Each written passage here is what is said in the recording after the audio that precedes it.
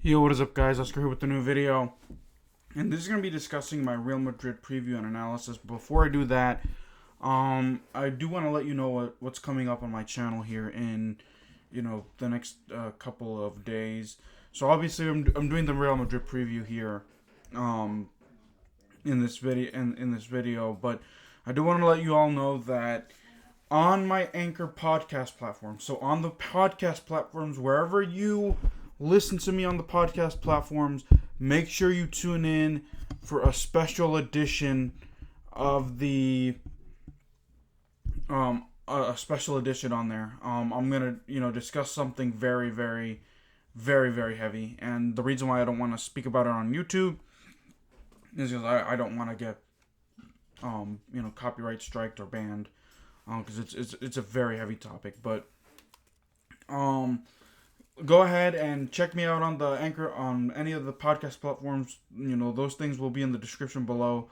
I'll obviously, once I upload the discussion, I will put the link to that in the description as well. So basically talking about Ukraine and Russia and how that's affecting the football world, or the soccer world, if you will. But let's go ahead and let's get started.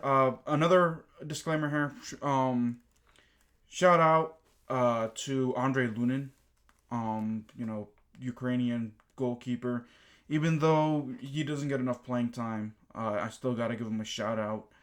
It's a tough time, right now in Ukraine, and I'm happy that Real Madrid and federations and things like that are coming together to help them out through that stressful situation. So, I want to give you a special shout out, Andre Lunin there.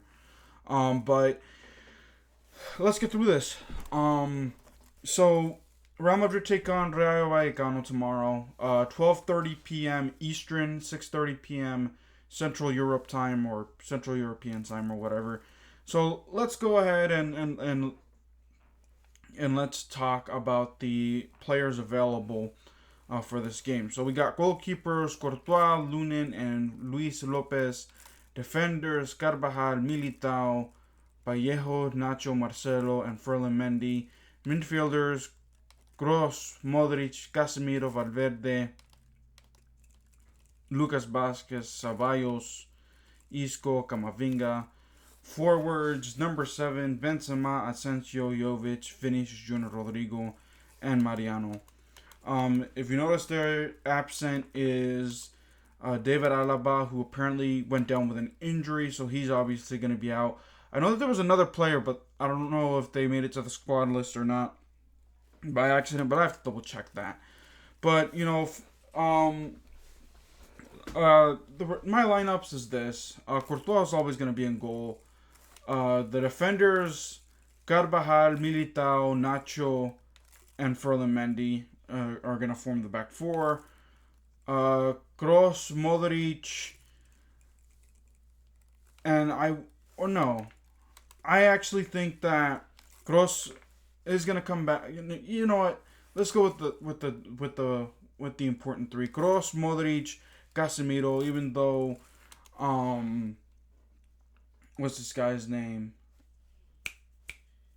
Ancelotti probably is gonna put Fede Vallverde out there. We'll run down his comments here in a few seconds, and then forwards,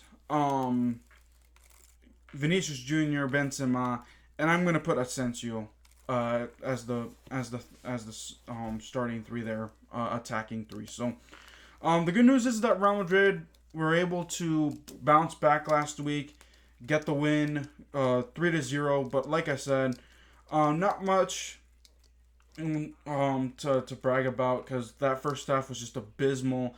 Actually, really, the first 45 minutes were abysmal, and then the 25 minutes after, or however long it was, let me do my math. Yeah, 25 minutes after were still abysmal, because really, Real Madrid could have allowed a goal if it wasn't for Courtois. But, they were able to come away, Asensio with an incredible goal, then Vinicius Jr. made a goal, and then, of course, Benzema was able to get a penalty kick in there to score the goal. But let's talk about the press conference here real fast. He let me see here. This week, training sessions have allowed us to improve, and I hope we can show this in Vallecas, said the coach. So, obviously, away game, gotta do it. He addressed the media in a virtual press conference for Real Madrid City ahead of tomorrow's matchup. So, let me see. Let's look at his comments here. Rayo will make it tough on us, but the team is prepared. And of course, my browser decides to refresh when I'm reading the comments here. Give me 1 second, guys. Let me see if I can pull this back up. Real Madrid doesn't have like any midterm, in the middle of session tournaments to play. So really, they need to step up here. They got a full week of rest. They shouldn't be exhausted. They shouldn't be upset. They need to be energized heading into this week at all times at this point, because like I said, they had a full week of rest.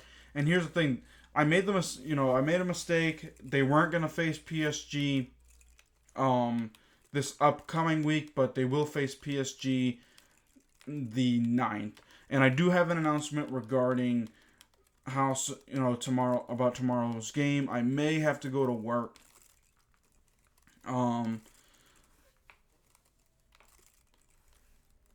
But like I said, I could watch the game and then do the post game analysis either when I get back home tomorrow or Sunday morning. But got the comments back up here. It'll be a tough game for us because Rayo have been playing really well this season, and especially at home. That is true. They're actually, I think, in the top 10. I wouldn't be surprised if they try to make a run for an Europa League spot here. But they'll make it tough for us, but we have trained well and the team is prepared. I hope we can put a good performance. I am optimistic. We have to assess what is happening. We haven't had a good spell for good reasons, but now we are in a better place. We played well against Alaves. We reacted well and played some good stuff in the second half.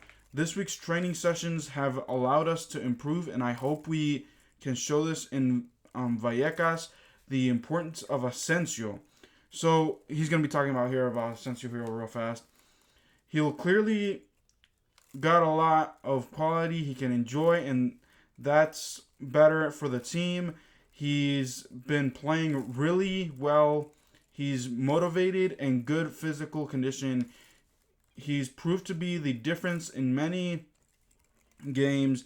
He's opened the scoring many times, and he's killed the game off against Atletico. They're just, hold on, let me see.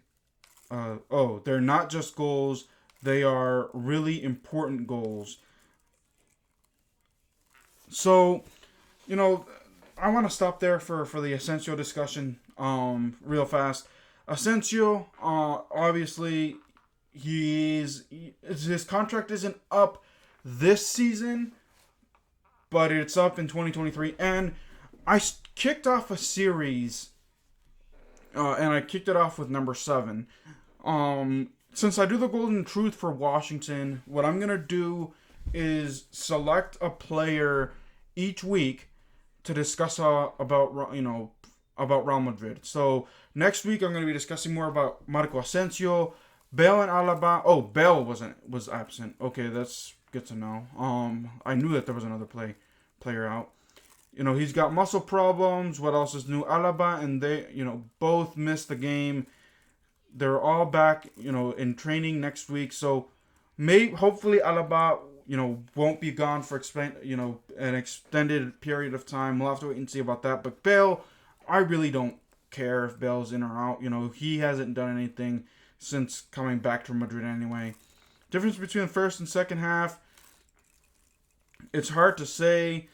It's, it's not physical, because if it was a physical problem, would play well in the first half, and you do play well in the second. We normally do well in the second half.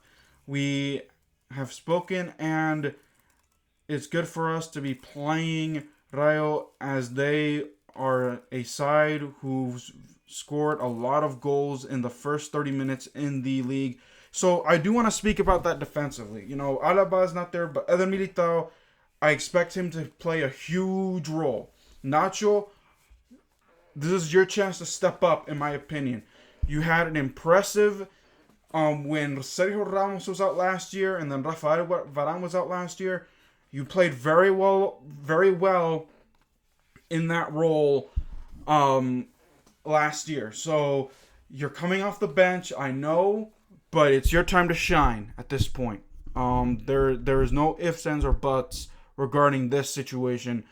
Why you should be the reason why Real Madrid loses. Because you played very well and you didn't get enough playing time last season. So step up.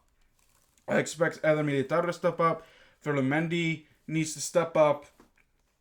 Carvajal, who has been, losing his touch recently, needs to find a way to get going, because,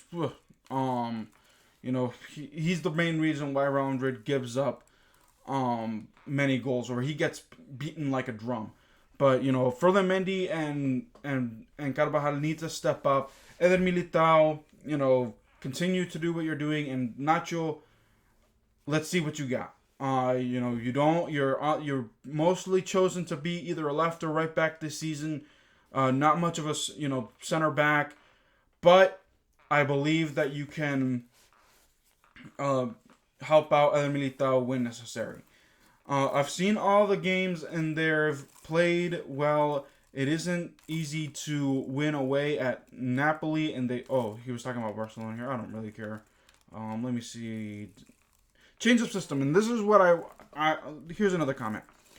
We didn't start the season with a very clear, defined system. Sometimes we've defended with a 4-4-2, and after a defeat to Espanyol, we tried to defend as a deep unit. It worked out well for us because we won 10 straight games, but then we've found it more difficult to counterattack with the deep unit. We are thinking of using a block but higher up to press further forward and get more control when we're dominating, have the ball. Let me see here. And of course, my thing refreshed again. Great. And obviously, there's rumors discussing replacing Casemiro and Mendy, which I'm not going to get into. I'll get into later. But those are some of the points that I wanted to discuss. Like I said, I'm trying to get better at looking at the post game, or the pre-game press conferences. I'll get better with time. Is that the article is just so messy, and I don't have time to change it up and edit it. But yeah, y'all. Let's see. Like I said, I believe that after experimenting and giving some rest to Kroos, I honestly expect Kroos to come back. Not, I don't know if, Carlo Ancelotti is going to stick with the younger experiment, because he did want to try out Eduardo Camavinga in that role too, but Eduardo Camavinga has, ever since, he's had, when he came to Real Madrid, he played very well at the beginning, but he's, found a way to drop quality and things like that. So, I honestly don't see him starting. The only guy that I could see starting is Valverde in the place of either Kroos or Modric. Either one of those two, but I'm just going to stick with the lineup that I spoke about in the beginning of the video. But, score prediction, like I said, Real Madrid, they got to get better.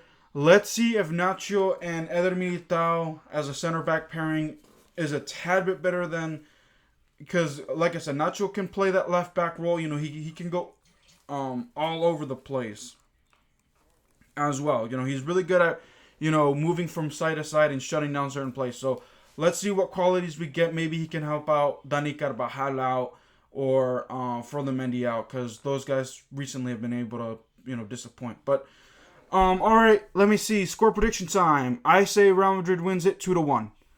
I say 2-1 because, like I said, Rayo Vallecano is actually pretty good. And they tend to give Real Madrid a run for their money. So give me Real Madrid wins 2-1. Let me know what you guys think in the comments.